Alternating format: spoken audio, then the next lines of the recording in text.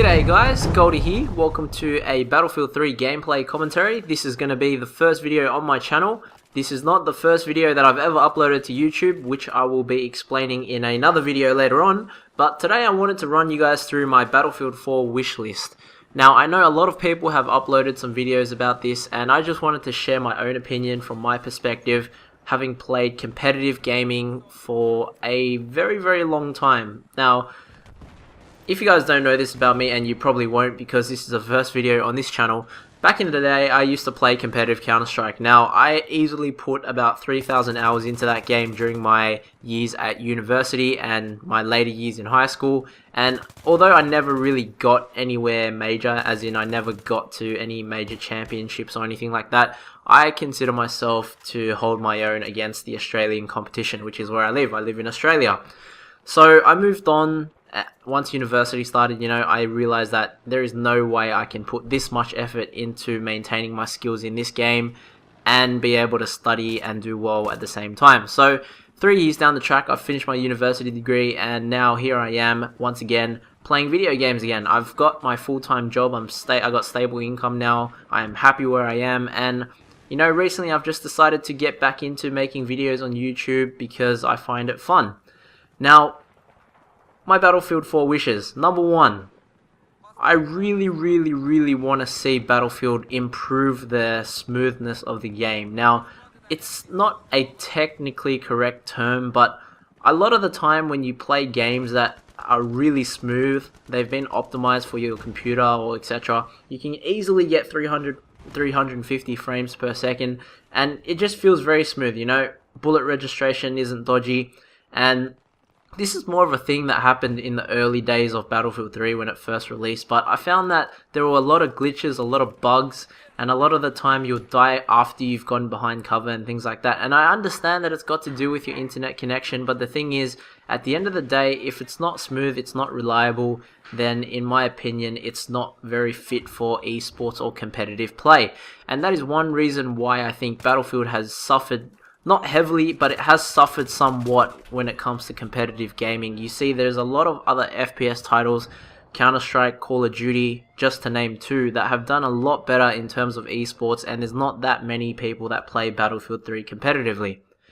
Now, secondly, I'd like to see more balanced classes. Now, if you guys played Bad Company 2, if you guys remember, the Recon class had a mortar, and there were more balanced guns all around. Nowadays in Battlefield 3, I'm not going to say 90% because that might be a little bit of an exaggeration, but about 70% of people regularly use the Assault class, and I'm going to say about 90% of that 70% is going to be people that are using the M16A3. Now, there's 2 reasons for this. First reason is that there are a lot of people that say, well, the gun is the best gun, so why not use it?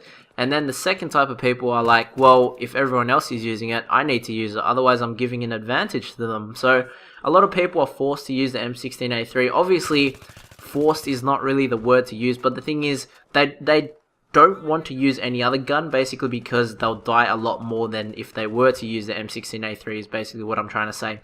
Now, you guys can see I'm using the AEK 971 in this game, and I'm kind of, it doesn't support my point in that the M16A3 is a very overused gun, but the matter of the fact is, if you look at any competitive player that has played Battlefield 3, if you look at those Battlefield veterans like Rival, X Factor, you look at Level Cap, you look at all those other people that play Battlefield on a regular basis, a lot of them use the M16A3 a lot, and not only because it's, just the best gun, that's just because it is the best gun. And I don't know what I'm trying to say here, but I basically said it's not because the best gun, because it is the best gun, and I think I'm just going to stop it there because I'm confusing everyone. Basically what I'm trying to say is that the gun is very good, it's the best overall, it's very versatile, good long range, good short range, decent fire rate, decent number of bullets in your magazine, and it's just that class, that one gun makes the Assault class very overused. Now, you think about people that use a Recon class, people that use a Support class, people that use Engineer class. I'll admit that Engineer probably comes in second best in terms of how good classes are in Battlefield 3, but Recon and Support don't get used as much, and I think they can do some things to make these 2 classes a little bit more favourable for people to play. Now, I'm not exactly sure what they can do, but I do know that, for example, bringing back the mortar in Bad Company 2 to the recon class will definitely help players in the recon class contribute to playing the objective. A lot of the time when you're playing a map like this, I'm playing Rush here on Damavan Peak, this is the very first stage, a lot of people start complaining when there's a lot of snipers on the attacking team, mainly because they're just sitting back and sniping, and they're not really contributing to being able to plant on the objective. Now, if you had a mortar on that recon class like you did in Bad Company 2, you would be able to help a lot more, because you'd be able to take down buildings, you'd be helping people spot, and a lot of other things that I'm not considering at this point in time. But obviously, a lot more balanced classes would be very, very good.